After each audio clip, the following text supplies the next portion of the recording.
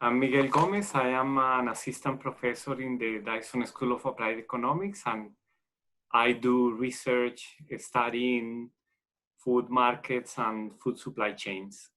Over the years, our food supply chain has become absolutely global.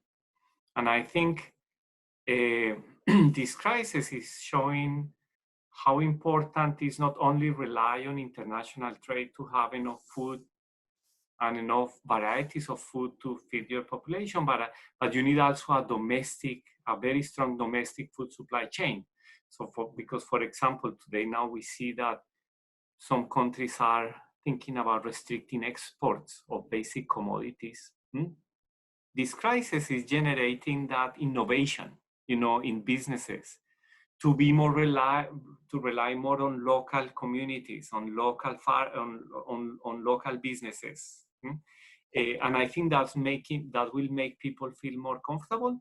And I would like to explore these emerging business models that we are seeing. And the other thing that we are definitely studying is how can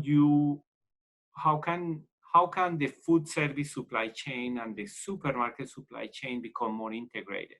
What are the costs and benefits to doing this?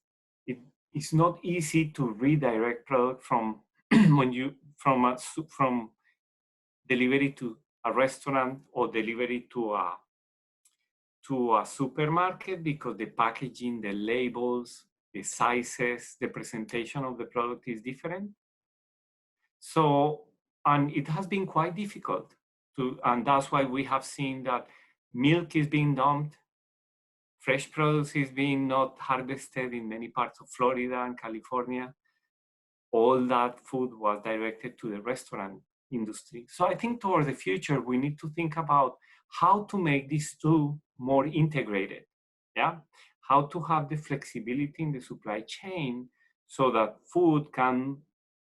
a food commodity can either go to a supermarket or to a food service establishment, and it can be easily redirected, because so far these two food supply chains have worked completely independently. Yeah. So here is the problem for these farmers. It was more expensive for them to bring the milk or to bring the fresh product that was left in the fields to a food bank than to dump it.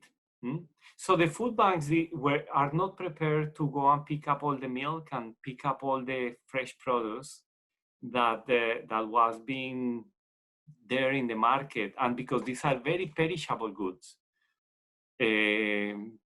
So it was very complicated because food banks experienced a huge spike in demand. So that's another area to think about it. How can we protect that supply chain that brings food to the needy to be more flexible and more able to be able to procure more food for events of this type?